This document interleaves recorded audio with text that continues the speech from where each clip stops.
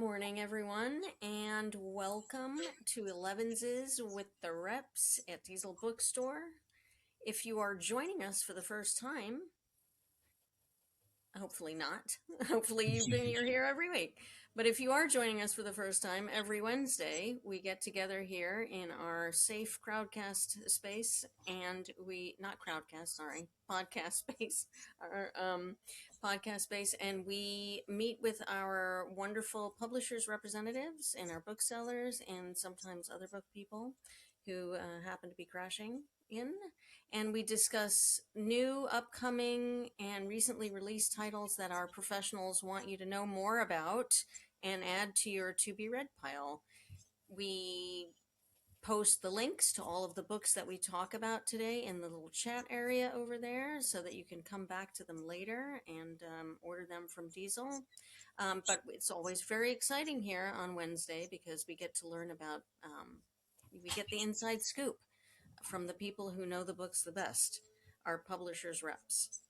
And I'm going to introduce the fabulous slate of publishers' reps we have with us today in just a moment. But first, I want to tell you about an event coming up at the store at Diesel on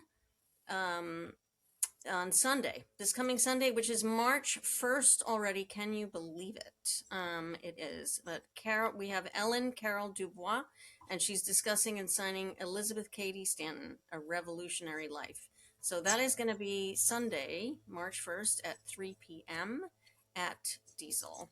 And that's coming up in the next week. And also a special, we have next week, we'll be having a very special, I'll mention this again, a special Elevenses.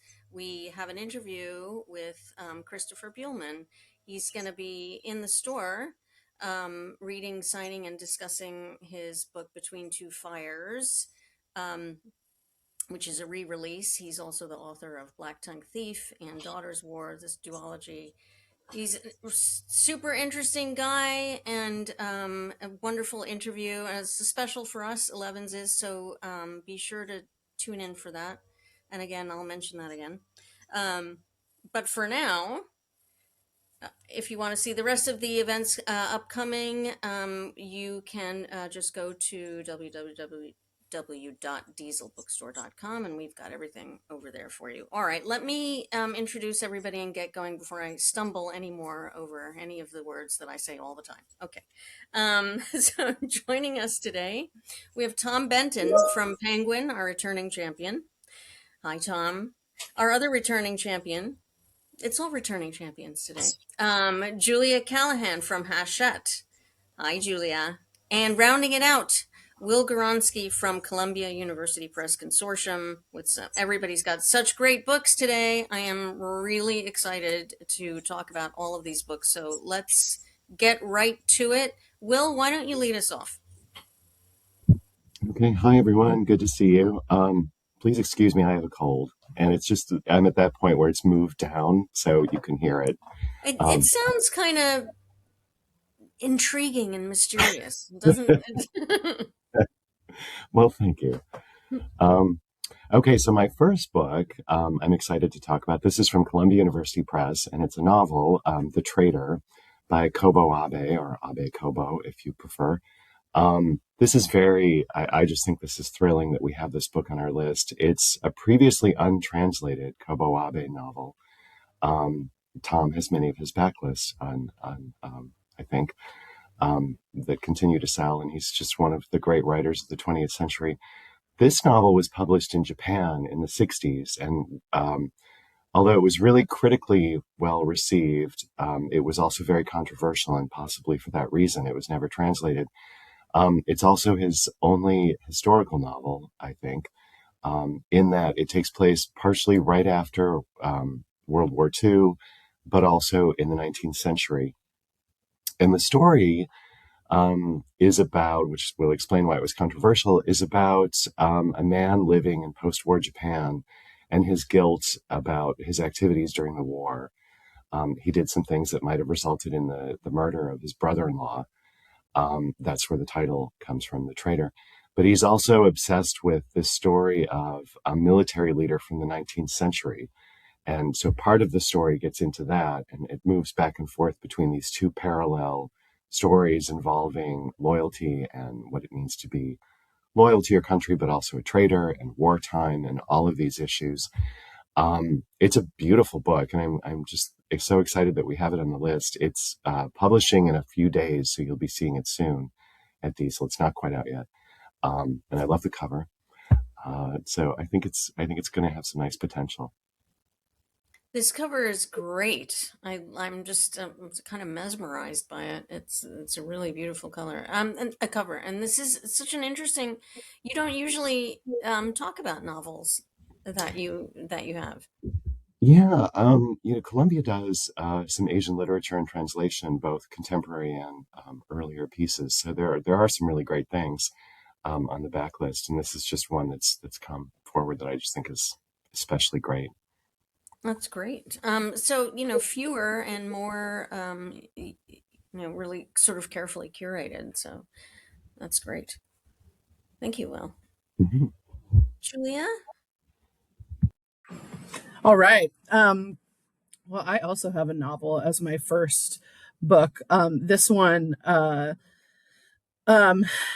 fun at times and crazy all the time. This is called 200 Monas by Jane Sains. Um, and this is, I mean, one of the most fun books that I've read in quite some time. I read it, I believe, in two sittings. When I had the galley here, my girlfriend, I couldn't find her in our very small apartment. We live in a 1 bedroom apartment, and she was in our room in bed, just like with this over her head. And I was like, "What are you doing?" And she's like, "I can't put this book down." So it is one of those. So this follows a young woman who is in college finals week, and her mother has died just a few weeks before this novel starts. And she comes home from studying, and there are two people at her door, and they say, "Your mother had 200 pills that she was supposed to sell, and so you know we need we what's going on? We haven't heard from her." And this woman goes, "Well, she died. Let me see if I can find the pills." And she brings them the pills out, and they say, like any drug dealer would say, "That's not how this works. We don't take returns." Um, and so it is up to the protagonist to sell 200 pills in 24 hours. And the pill happens to be a very strong form of an ecstasy like drug that helps women achieve climax. And so, as you can imagine, as people start taking the pills as she's trying to sell them, chaos ensues. She enlists this guy that like is a low-key drug dealer to try to help her, and it gets wild from there. It reminded me of like early Chuck Palahniuk, but from a female perspective, where you never know what turns you're going to take. It's frenetic, it's fun, it's like you're just like so rooting for this woman to like sell these pills and to get people to stop just like taking them randomly and then having the experience that is promised on the label. And so it's I honestly utterly delightful to read, a great time, and I think one that people are really going to love. So this is 200 Monas. And the pills are called Monas. So The pills that's are called Monas. Yeah. yeah. Ergo, the 200 Monas. So much fun. There's something about this book reminded me of those like weird, those kind of offbeat 80s movies. You remember there was like a spate of them, Desperately Seeking Susan and Totally. some others in that vein, and it kind of the energy of it kind of reminded me of that a little bit, but Yeah, really it's frenetic, like yeah, in a way that's like really fun to read, but it is right. like you're like it's a book that takes place in 24 hours. So it's Right. you're going quickly through the hours. Right, but also like wacky, dark things, but not dark, and just that. And anyway, super super fun to read, Yeah. really, and quick. You know, it's a quick read too, but I think it's something a little bit different. Yeah. And I'm always, yes, bring the bring the different within parameters, you know. So it's great, a Totally. lot of fun. Thank you, Totally. Juliet. Of course. Tom Benton. Hello. Okay. So my 3 books are, when I first thought of these, like, well, actually an account gave me this. So we have 3 books on sale. I think they're on sale, all on sale yesterday. And when I'm done, just think about like a dinner party with these 3 authors. It would be unbelievably fascinating. You never know what anyone will say. I'm imagining us all at this dinner party, starting with Michael Pollan, who has a book, A World Appears, out yesterday. So it's always a big, celebration when we have a new Michael Pollan. We have published, Penguin Press has published him for, the Penguin Press started 22 years ago, I think, 23 maybe now. He was brought to Penguin Press by Anne Godoff, who is his editor, longtime editor. She brought many, many important writers with her. So I want to take a moment to talk about Anne, because she is the editor of all of his books, all of Michael's books. We lost her today or yesterday. So I wanted to say like, all of these books are, carefully, cultivated authors, careers are cultivated and held up by editors. And Anne Godoff was an absolutely towering figure in this business. She edited everyone from, I wrote down a few names, Ron Chernow, Thomas Pynchon, Michael Pollan, Zadie Smith, John Berendt, Midnight in the Garden of Good and Evil.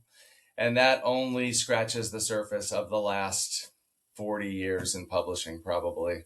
So 2 of the books, just coincidentally, 2 of the books today are edited by Anne Godoff. So anyway, I'll start with the books as she'd want me to do, but just blown away by the career she had, and just happy to keep. I didn't know her well, but as a rep, you do get to know editors through the many years, and I can't help but feel influenced by what she's done. So Michael Pollan, as I said, she was Michael's editor for his entire career, and we watched him go from food to psychedelics, and now with A World Appears, this is it seems almost like a natural progression, strangely enough, but this is a book about consciousness. This is because he's always dealt with science. So this is the science of consciousness. But being a beautiful writer and thinker, he can't help but bring in philosophy, literature. This is a deeply, thought through book about something that it's hard to even grasp. Consciousness. What does it mean? And science is only at the beginning of figuring out what it means in a scientific way. But this is a book that will, obviously expand your mind. It can't help it. He is, very clear, lucid writer, thinker. You always want to know what he's thinking about and what is important to him. And so I just think this is going to be one of the biggest nonfiction books of the year, just because it's a new Michael Pollan. And I remember all of us being worried when he moved from food writing, where he was such a, important presence, to psychedelics, mind expanding things. Like, how would his readers follow him? But of course they did, because it's Michael Pollan. Back to Anne for 1 second. I just want to read what he says at the end in the acknowledgments of this book. He says, how fortunate I am 40 years into this book writing career to still be working with the same brilliant editor, Anne Godoff. At this point, I can't imagine writing a book without her, and especially her faith in my ability to find a path through the terra incognita of a whole new topic, which invariably exceeds my own. Anne's editing of this book has saved you, dear reader, from all manner of confusion, obscurity, and laboriousness. So I think if we open just about any book Anne Godoff edited, we'd find a similar, acknowledgement. So anyway, first book, Michael Pollan. It's a huge loss for publishing, and Godoff, she's really been a force. And I don't, people, and anybody who's involved on not sort of that side of publishing knows how difficult it is these days to have an editor who's so involved and building careers of authors and staying with them like she did. It's a rarity these days. So it's a huge loss for publishing. And you could see that when she started Penguin Press, she came from Random House. Strangely enough, now we're all one big happy family. But she brought with her, a slate of authors that I remember selling that first list, and book buyers were like, how can I buy this is nothing but bangers, all big names. How my numbers are so big. How can we do justice to all of these books? So yeah, that's the kind of, but she was also, that as editors are, humble in a way. Like, she didn't want to be talked about. But here we are. And for the Michael Pollan, I think a natural progression for him from taste, smell, and food all the way to consciousness now. Yes. This is really, I think about him a lot and things that he's written, and they stay in your brain. Yeah. Michael Pollan. So this is another one that will as well. I was right on this one. As soon as I heard about it, I was like, oh yes, consciousness. Makes perfect sense. The whole thing. Yeah. So thank you, Tom. All right, back to you, Will. Okay. That is a great loss. So what a legacy she leaves behind, though. I mean, it's really wonderful to see these books. So my next book is another one I'm pretty enthusiastic about. This is the lead title from University of California Press this season, and it's called The Moys of New York and Shanghai by Charlotte Brooks. The cover is beautiful, I think. So this is just a total fascinating American history, immigrant history through the story of one particular family. The Moys were an immigrant couple from China who came to the U.S. around the turn of the last century. They had 6 children. Most of the children make up the story, what happens to them over the decades. The book goes from about 1910 or so to the mid 60s. And the Moys family, what they did was they founded a restaurant in New York that became very popular as one of the more famous and kind of go-to Chinese restaurants in the early 20th century. And it made them quite affluent. So in a way, it's sort of an interesting, not typical immigrant story because success came to them very quickly in that way. But the stories of the 6 children are just fascinating, and what happened to them over time. It moves from their education sort of being part of this kind of well-off New York immigrant family. Then what happens to them during the war. They really maintained a lot of connections with China and went back fairly often, which is why it's the Moys of New York and Shanghai. So there's a lot that goes on during the time of World War II. And then after that, during the time of the Revolution, one of the sons of the family, one of the 6, was actually the first person of color to be charged with treason by J. Edgar Hoover. So because they were so suspicious of what he was doing in China. So it's this sweeping kind of epic story. It reminded me in a way of like Wild Swans from years ago, that kind of, big, expansive history of Asia and the US and what happens to people over a period of time. It will have a number of images that I think are going to be really great on the finished book. I haven't seen it yet, but it is shipping now. So if you don't have it on the shelves at Diesel, it'll be there in a day or two. So you'll be seeing it soon. It's a fascinating story. I'm so intrigued by this story. I'm like restaurant stories anyway. And this one sounds really like a really interesting deep dive. And it's great to have a book right now that's about immigrants and, historically immigrants and the successes that they have and what it contributes to all of us. I think it's nice to be reminded of that. Well, yeah, and I think we are on an almost daily basis now. So, and I just flooding the zone with books like this is a good idea too, I think. So, thank you, Will. Mm-hmm. Julia, back to you.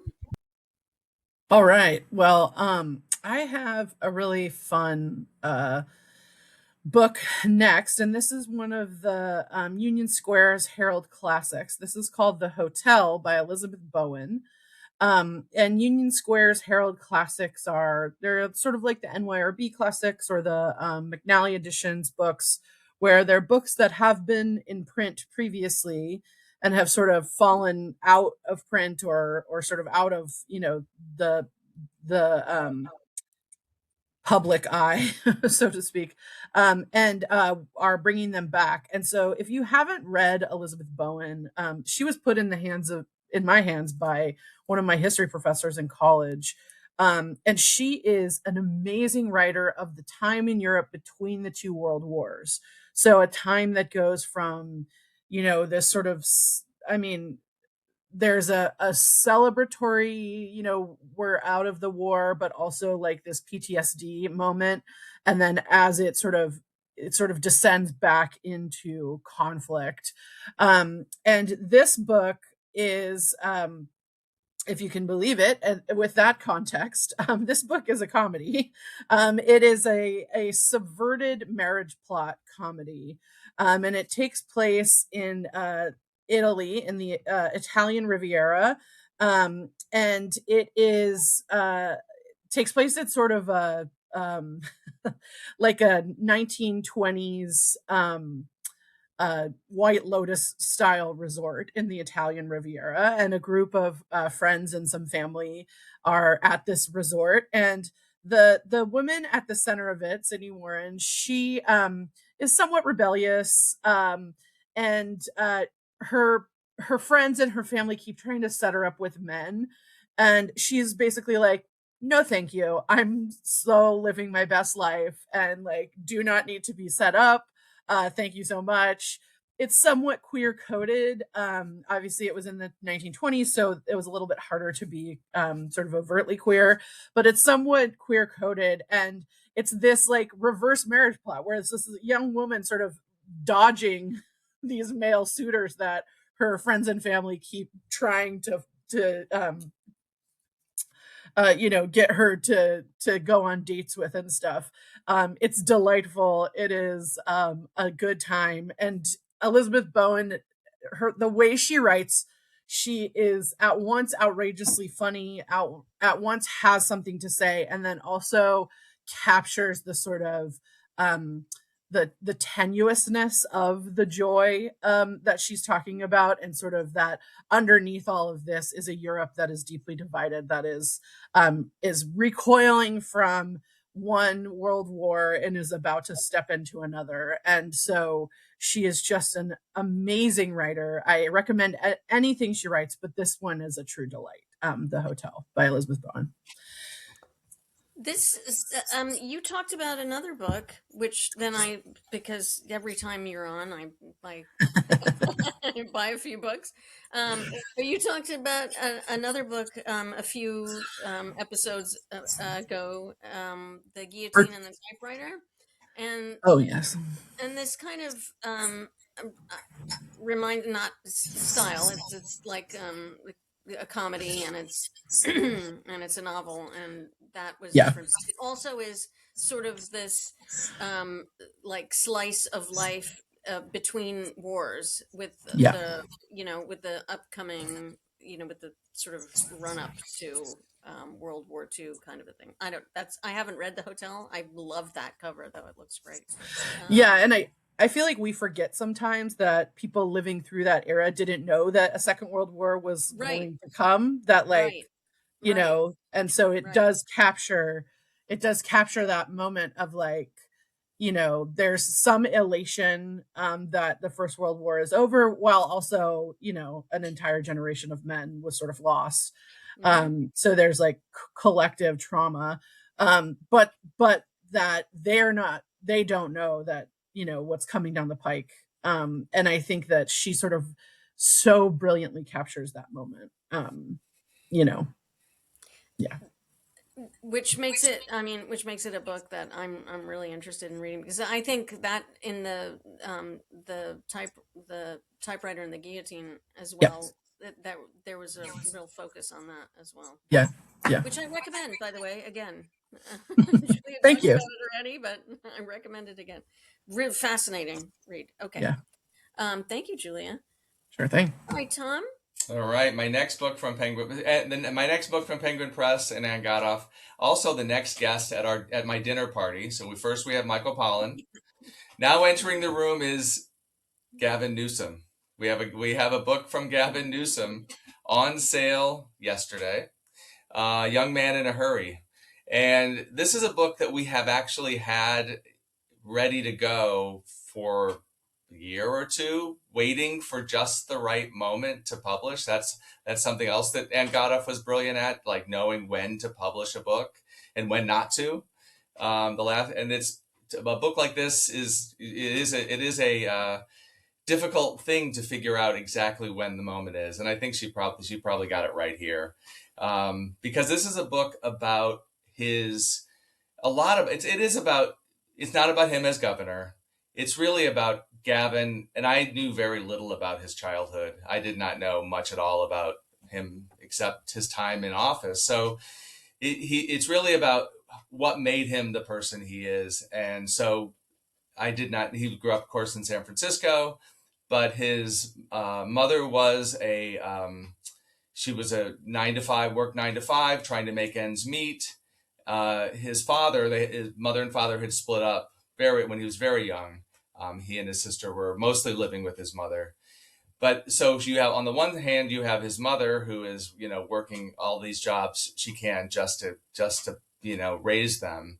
The other hand, his father was, among other things, a consigliere to the Getty family. So his father moved in completely different circles. There's a scene early in the book, which they were only able to share a little bit of this book with us. So I haven't read the whole thing, but early on there's a scene. One of the in the 1970s, one of the Getty children or grandchildren was kidnapped in Italy, and it was a huge news story. And in the end, the family didn't pay the money. The kid lost an ear. So there is this scene with Gavin, who is growing up with the Gettys at the same time. You know, he's living both these lives. But there's a scene with his father, and it's like they're about to pick up this Getty kid who had his ear cut off and was the subject of international press. And his father is like, Gavin's maybe 12 or 13. And his father is like, don't say anything about the ear. Do not mention the ear. So it's what I've read is very vivid, very strong. You get, and from the reviews, I get the feeling that you do get a feeling, it does give you a sense of the whole life, but really the focus is what made Gavin Newsom who he is. Of course, there's been a lot of talk about, he deals with the dyslexia that he has suffered with for his whole life, which has changed how he is in so many ways. And I would say that, again, back to Ann Godoff, since she definitely edited this book, she is not going to publish a politician's book that isn't also a good book. It's not just a campaign book. And that was never the point of this book. There was always going to be a next campaign for Gavin Newsom, I'm sure. But her goal was to get a good book out of him, and she has. So that is out yesterday. Young Man in a Hurry. Love that picture of Gavin. Anyway, Gavin Newsom. You've heard of him. We've all heard of him. We've all had feelings about him, up and down, up and down. He's such an from this point of view, and I like, it's great that you mentioned it was never going to be a campaign book, because I think so. This is really good timing, because he's very right up front there on the national stage, as he has been for a long time, actually, Yeah. but not, having announced anything in particular, or, Right. um, he is such an interesting figure, in terms of, the kinds of reactions that he cannot say Yes. the Right. name Gavin Newsom without getting just a flood of feelings and opinions about Yes. him. I Awful. read recently that he's never lost an election. Oh, is that right? That makes Yeah. sense. Yeah. Right. So that's also very interesting, and kind of, adds some shading to the whole thing, I Right. think. And from his childhood and the way he was raised, you can understand why he's a complicated figure. Mm-hmm. The Mm-hmm. complications were built in. Complicated is a good word. Yes, Let's leave it there. I will. Thank you so much, Tom. So this is already a very interesting dinner party, by the way. I Gavin know. Newsom and Michael Pollan. Who? Like, I'm just trying to figure out who would be getting a word in edgeways. Good At question. least. Well, yeah, we'll find out when we get the third one Okay. over. All right. All right. We'll lead us off for the final round. All right. So, picking up on the sort of politics and current events theme, the Gavin Newsom book, I've got The Middle Class New Deal by Mechele Dickerson, which is a great little book. This is from University of California Press. This actually came out in just before Christmas, but as is typical of university presses, it's just now getting a lot of publicity. That sometimes we're slow burn books in our world. So just this week, she was on The Daily Show for a pretty long interview with Jon Stewart, which you can look up if you want to. It's a terrific interview. She's also going to be on Morning Joe, I think, within the next week or so. So, Mechele Dickerson is a bankruptcy law professor at the University of Texas, Austin, and her work in understanding bankruptcy law led her to write this book, which is sort of explaining to us where the middle class came from, as opposed, many of us think that it's just was one of those things that sort of developed organically with the post-war economic boom. And she says, no, it's not. It was really because of congressional decisions to put certain things in place that actually created this, like um, government grants for college education, like the GI Bill, mortgages. I didn't know this, probably all of you did, but 100 years ago there was no 30-year mortgage. That's a relatively recent invention. And 100 years ago, if you wanted to buy a home, you had to probably put down 50% of it and pay it off within just a handful of years. So that was out of the reach of most people. So she gets into like all of these initiatives and what they did to build the middle class in the post-war era, and then how they've sort of dropped off in recent years because for a whole variety of reasons, including the sort of dismantling of unions and the movement of money to the top. So throughout this book, she's looking at ways where we can do a new deal that will restore some of this and help the middle class out. And there's a lot going on in the book. I really recommend listening to the Jon Stewart interview if you get a chance to see some of the stuff that she's talking about. But her ideas are that for those of us who are voters and for people who are running for office, the thing to do is probably to pick a particular issue that's important to you and stick with that. So whether that's college education and how to make college education affordable, or home ownership, or the cost of rent for people who don't want to buy, just to find ways to make living fine. If you can work with one issue, if you're a political figure and make that your cause, you could really make a positive change for people across the way. Some of the things that she says are just so, when someone says it, you realize, well, that's so obvious. Why aren't we doing that to begin with? Like, she talks about K through 12 schooling, and I think she says this in the Jon Stewart interview too. She said, we're still set up with a school system that's built for farming communities where, kids go to school at 7 or 8 in the morning and they get out at 2 or 3 in the afternoon, which doesn't really make any sense when most people are still working in the middle of the afternoon. So then they have to find a way to pay for someone to take care of their children or let their children fend for themselves or something. And that's a burden on people. So this can be easily addressed. You can change the timing, and, the idea of having summer vacations, again, like, it presents a burden for a lot of people. So that's an example. One that's sort of counterintuitive that she brings up that I thought was fascinating is the mortgage interest deduction on taxes, and how, although on the surface that seems like a great thing for the middle class, it really isn't, because most people don't itemize their deductions. Most people just do the standard deduction, even if you have a mortgage, unless you have a huge mortgage and you're paying a lot of interest. So in that sense, it really only benefits people who already have quite a lot to begin with, and it doesn't really help most of us. So it's a very thoughtful book. I think she's great. She's so personable and dynamic, and I think she's going to continue to do a lot of media for this.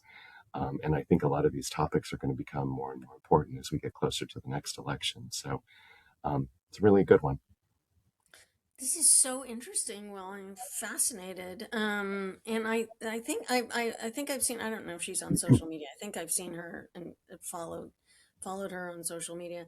But like, is there even the middle class is like, I don't know, we've been hearing about it shrinking for a long time, but it really seems like, like the middle class is like this big now, if there even is one anymore. The polarization of haves and or no, just the haves and everybody else is like just getting bigger and bigger. This is really, it's fascinating, and it sounds like it is sort of accessible for a lay reader who's wants to learn more. Am I right? Oh yeah, very much so. I mean, she's got a great conversational style to her writing, and makes what could be complicated things very easily to understand, the way that she puts it. So, Excellent.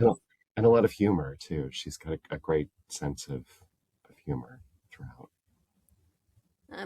It's developed from being a bankruptcy Yeah. specialist, obviously. Fascinating. Thank you. Sure. Thanks, Will. All right, Julia, what's your last book of the day?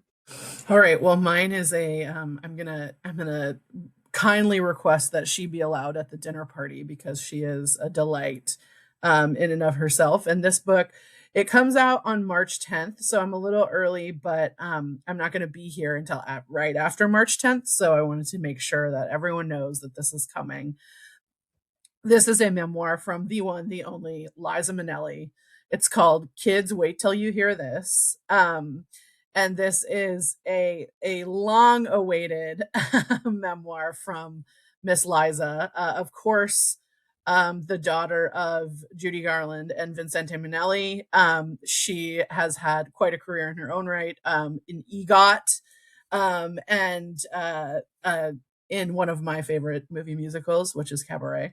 But also, like, when we were talking about this, when it first, when they told us we're going to have this Liza Minnelli memoir, one of the things that I sort of, as the pop culture fanatic of our little sales rep group, in the indie sales reps, I was like, don't forget that she was also one of the best characters on Arrested Development. She has had so many lives as Liza. Of course, she lives on in basically any drag show you go to. There will be a Liza at some point. And she is just so talented. She's so funny. She is so fun. These stories, and you'll start to see them in the coming 2 weeks. Some of the stories will start to come out and be talked about in media. But just like, what a life, man. And she's in her early 80s. I think she might be 80. But she's in, the beginning of her 80s. And this is just a wonderful and lovely memoir. She's funny. She knows how to tell a tale. And she sort of joins the ranks of, I would say, Barbara Streisand and Cher on these absolute titans of female entertainers that are finally getting to write their stories down. So this is Liza Minnelli's Kids Wait Till You Hear This, and it comes out on March 10th. So is there fun dirt? Of course there is. Anything you can share? I'm not honestly, yeah, like, Tom sometimes gets on here and talks about how they don't get shared with us until the book is coming out, and this is one of those where we've been shared with, like, sort of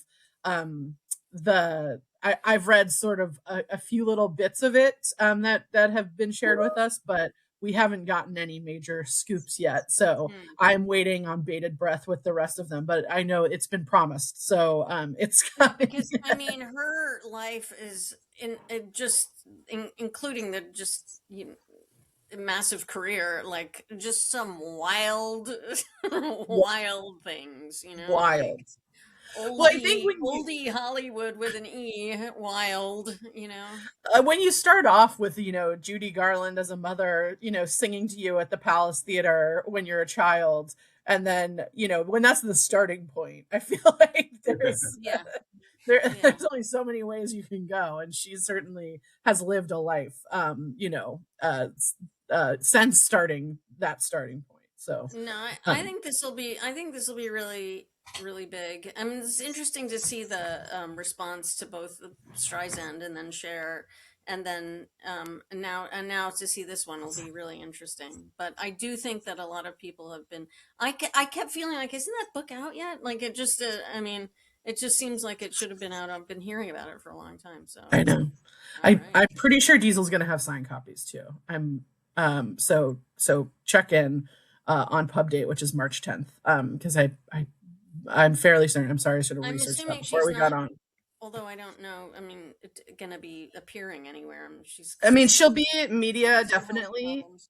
I think she's doing one in-person event in Los Angeles. But she's definitely doing media and stuff. So you'll be hearing from her quite a bit in the coming weeks. And if I'm sorry, I have to be at a sales conference, otherwise I'd be on sooner. So I might have some stories to share, but all right. They're closer. Right, well, but maybe we'll revisit. You can tell us, and it's just between us. So. Exactly. Excellent. Thank you, Julia. Of course, no problem. Well, she's part of the dinner party, 100%. Okay. Yeah. The special surprise guest, Liza Minnelli. She'll do the money dance from Cabaret. Right. I have many questions, but one is, now Barbara Streisand, was a long book. Yeah. And Cher, 2 books. 2 books. Is this in the range? Never enough.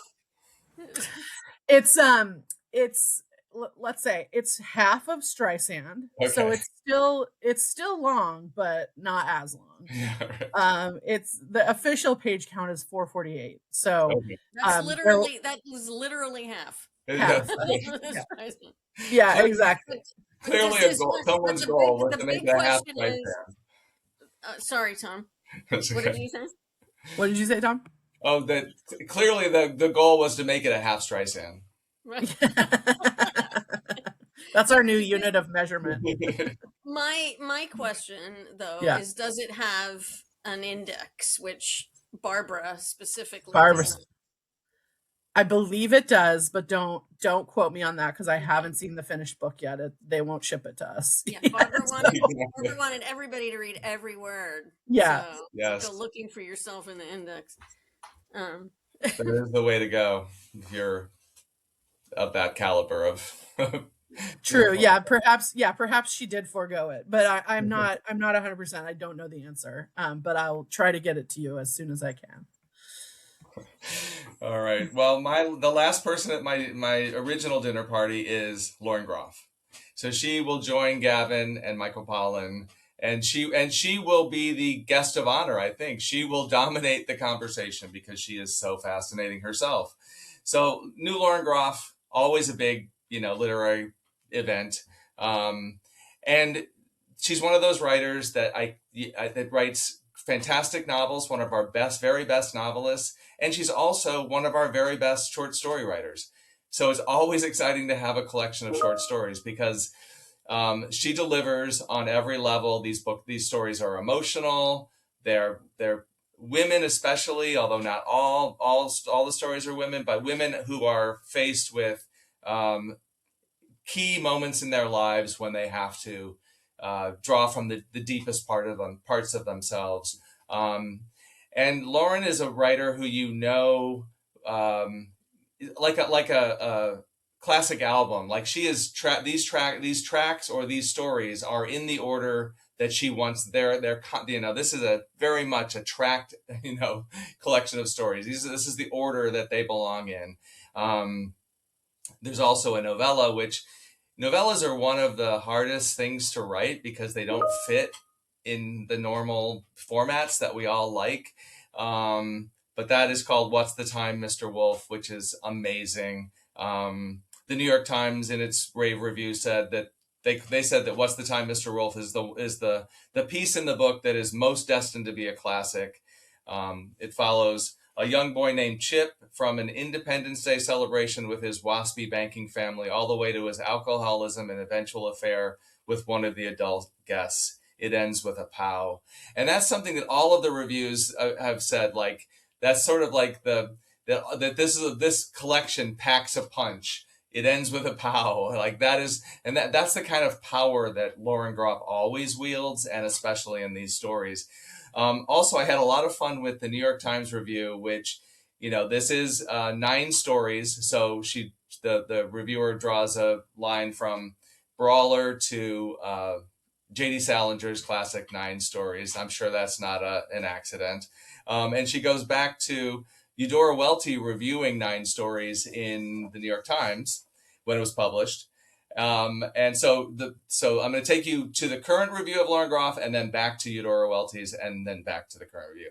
The stories in Brawler are again rough in all senses of the word, upsetting, uneven, but, quote, no writer worth his salt is even or can be, Eudora Welty wrote, reviewing Salinger's Lonely 9 in these pages, the New York Times.